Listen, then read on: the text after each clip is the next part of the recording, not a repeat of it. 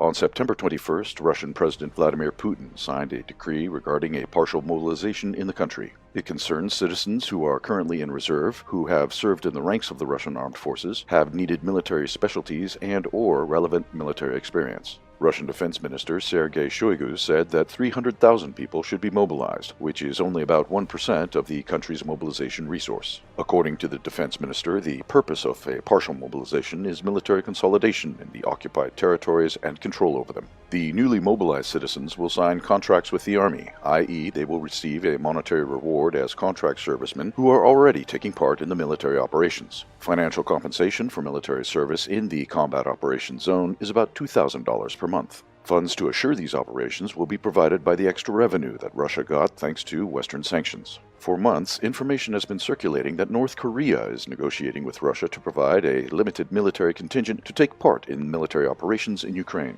Pyongyang has a large, motivated army, but it has no combat experience. The participation of Korean servicemen in a war on foreign territory would increase the combat readiness of the Korean People's Army. The timing of the partial mobilization in Russia was due not so much to the recent forced withdrawal of Russian troops from the Kharkiv region in Ukraine, but rather by operational and strategic considerations based on the climate of the region. According to various estimates, it will take about 2 months from the moment of the announcement of the mobilization to deploy the newly mobilized citizens on the Ukrainian front lines. From October to December, any offensive operations in the region will be complicated by the autumn weather. Accordingly, Ukraine only has a few weeks left to change the situation at the front. In several months, a winter offensive of Russian troops should be expected. Marshal Time and General Frost are again serving the interests of the Russian army. Meanwhile, Russian missiles continue striking military and energy infrastructure in Ukraine.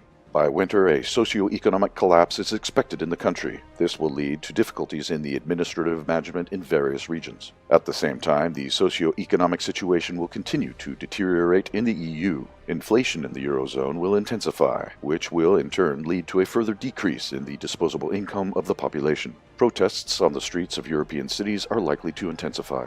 The current policies of external sustainment of Ukraine will lose popularity among the population. Russia is also facing difficult times. In turn, the United States will gain a tactical benefit from the situation in the European region. However, through the lens of Washington's strategic confrontation with Beijing, the current situation plays in favor of China.